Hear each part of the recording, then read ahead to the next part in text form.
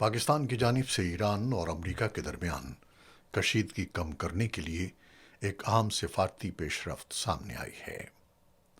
برطانوی خبر رساں ادارے کے مطابق پاکستان نے دونوں ممالک کے درمیان جنگ بندی کے لیے 2 مرحلوں پر مشتمل ایک جامع منصوبہ پیش کیا ہے۔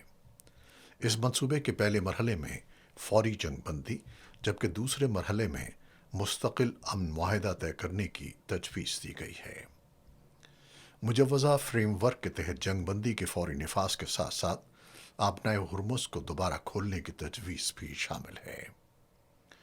پاکستان اس پورے عمل میں مرکزی رابطہ کار کے طور پر کردار ادا کر رہا ہے اور اس کی عسکری قیادت امریکی نائب صدر جے ڈی وینس اور ایرانی وزیر خارجہ عباس عراقچی سے مسلسل رابطے میں رہی ہے۔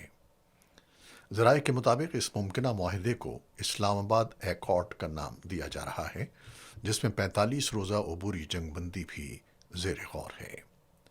امریکی جریدے کے مطابق ثالثی عمل میں شامل فریقین 2 مرحلوں پر مبنی اسی طرز کے معاہدے پر غور کر رہے ہیں، جس کے دوران مستقل امن کے لیے مذاکرات جاری رہیں گی اور ضرورت پڑنے پر جنگ بندی کی مدت میں توسیع بھی ممکن ہوگی۔